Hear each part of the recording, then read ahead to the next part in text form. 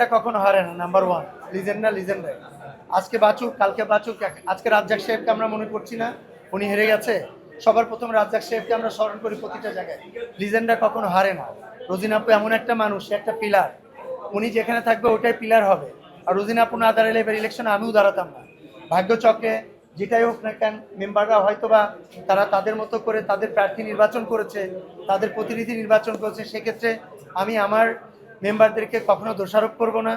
আমি এখন general secretary হিসাবে আমি আমার সমস্ত আমার ক্যান্ডিডেট যারা ছিলেন এবং যারা পাশ করেন, অন্য ক্যান্ডিডেট, অন্য প্রার্থী বা অন্য দলের হয়ে যারা কাজ করতে এসেছে, সবাইয়ের স্বপ্ন ছিল শিল্পীদের জন্য কাজ করব। আমি আমার বিশ্বাস যে তাদের সবসময় আমি আহ্বান করব, আজকেও বলেছি আপুকে যে আমরা একসাথে কাজ করব, তোমাকে সম্মানের জায়গাটা আমি দিয়েই তোমাকে সম্মান দিব।